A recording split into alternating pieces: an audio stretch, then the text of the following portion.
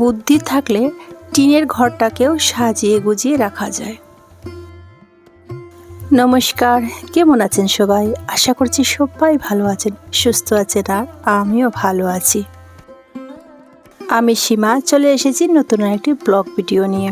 নতুন দিন, নতুন সকাল আর নতুন ব্লগ ভিডিওতে আপনাদের সবাইকে স্বাগত আর অনেক অনেক ভালোবাসা জানিয়ে আমার আজকের ব্লগটি শুরু করলাম।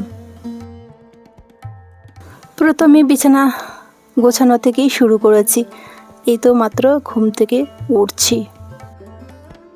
তার আগে বাসি বিছানাতে একটু ব্যায়াম করে নিয়েছিলাম। এরপর হচ্ছে প্রথম কাজ এই বিছানা গোছানো। তো বিছানাটাকে আমি আমার মতো করে একটু গুছগাছ করে নিচ্ছি।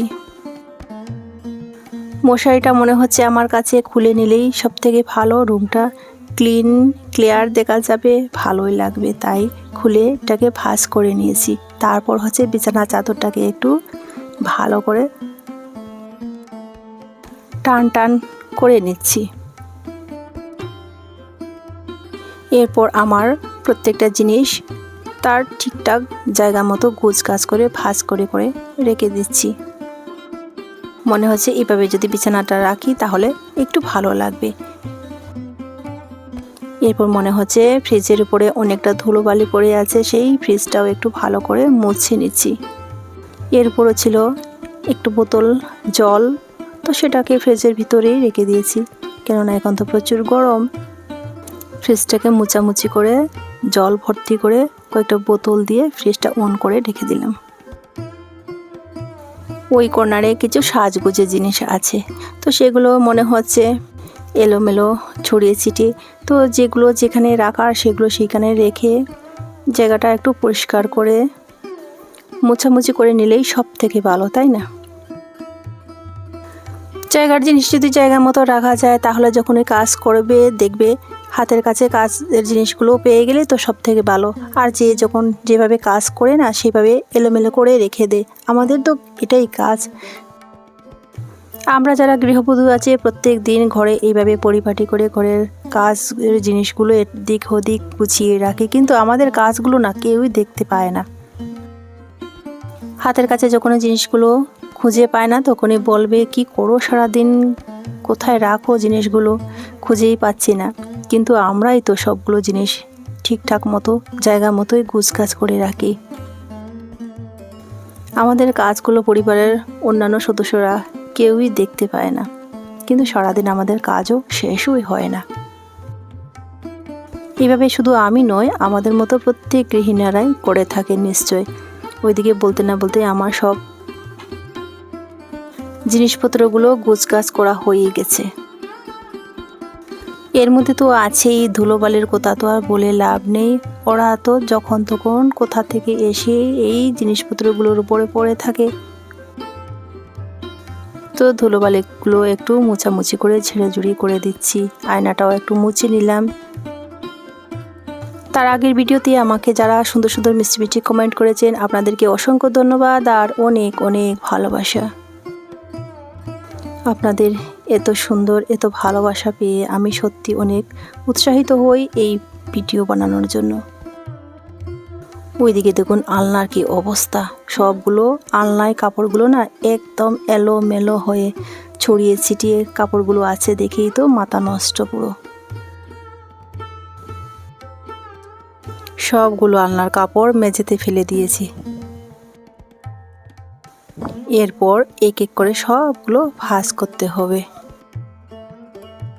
এভাবে আলনাতে যদি কাপড় থাকে তাহলে খুঁজতেও খুব কষ্ট হয় আর দেখতেও ভালো লাগে না। এই কাপড়গুলো এলোমেলো করার পেছনে হাত কার সেটা তো এখন বলাই যাবে না। যদি কাউকে বলি যে এই কাপড়গুলো কেন এইভাবে করে রেখেছো, তাহলে কেউই স্বীকার করবে না, অস্বীকার করবে সবাই। দেখুন তো সব কাপড়গুলো যে যখন যেটা নিতে চায় সে সেটা তখন নিয়ে ব্যবহার করে, আবার সেগুলোকে কেমন করে এলোমেলো করে রেখে দেয়। আমার তো দেখেই পুরোটা মাথা নষ্ট। এক এক করে সুন্দর করে ভালো করে ভাঁজ করে শুরু করে সবগুলোকে রাখলে তারপর দেখবেন আলনাটা দেখতে অনেকটা সুন্দর। আর আলনা যদি সুন্দর করে ভাঁজ করা কাপড় থাকে তাহলে ঘরের সৌন্দর্যটা যেন আরও দ্বিগুণ বেড়ে যায়।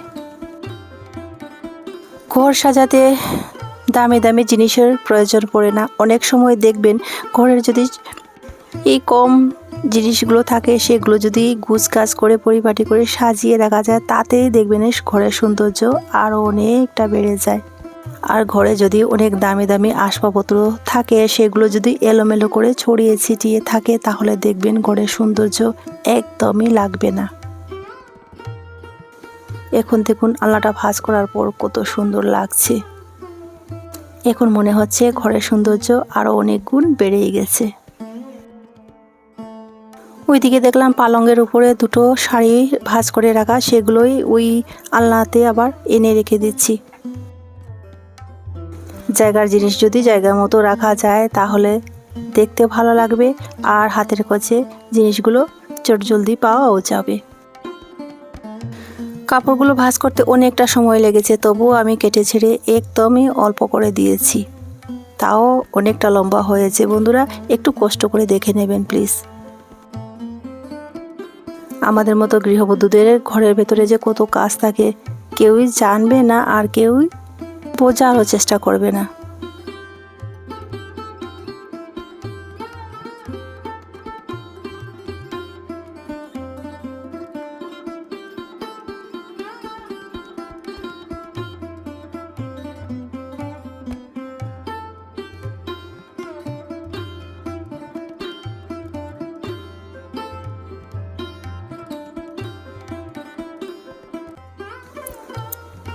এরপর তো জানালাগুলো খুলে দিলাম, বাইরের আলো বাতাস একটু আসবে।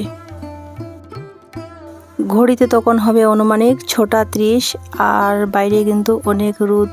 আর রোদ বোঝাই যাচ্ছে না, কেননা আকাশ মেঘাচ্ছন্ন আছে বলে।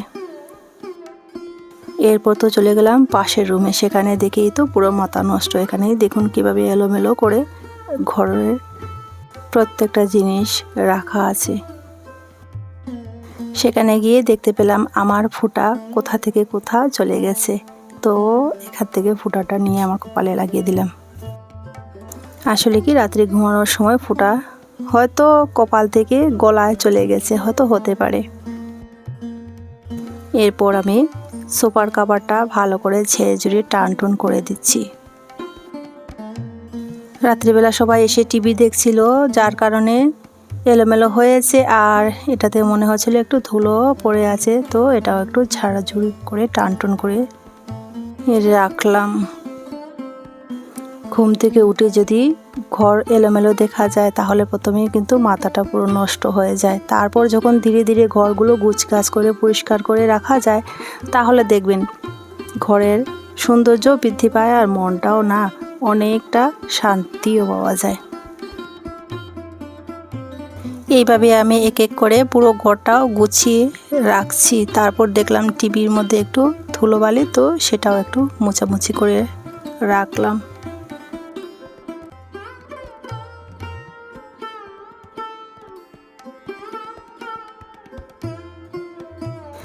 আজ ঘরটাকে পুরো ক্লিন করলাম।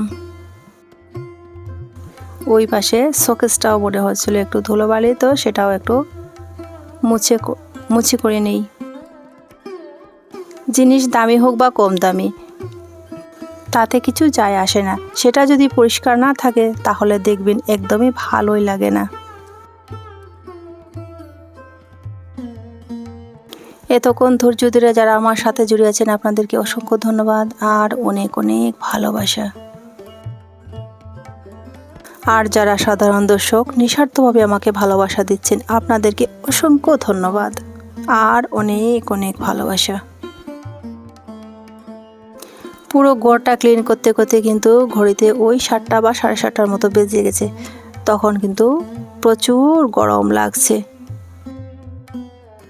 হয়তো এখানে বোঝা যাচ্ছে না, কিন্তু আমি যে কাজগুলো করছি আমি বুঝতে পারছি যে আমার অনেকটা গরমও লাগছিল।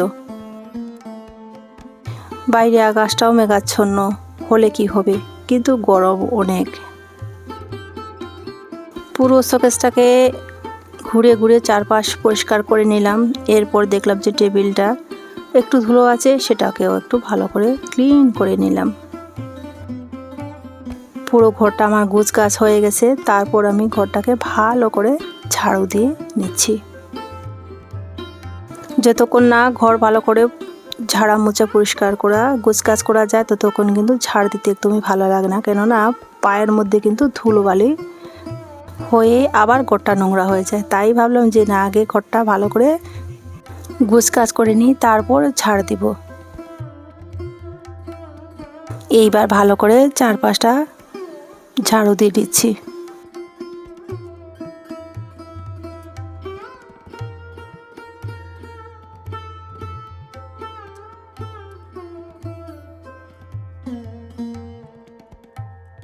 এরপর আর কোনো ক্যামেরা অন করিনি, একদম দুপুরবেলা খাওয়ার সময় আমি ক্যামেরাটা অন করেছি।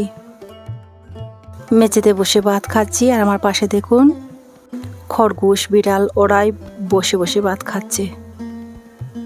ওদেরকেও একটু দিয়ে দিলাম, কেননা ওদেরকে না আমি ভীষণ ভালোবাসি, তাই আমার সাথে বসে ওদেরকেও একটু খেতে দিয়েছি। দেখুন কি সুন্দর করে ওরা খেয়ে নিচ্ছে।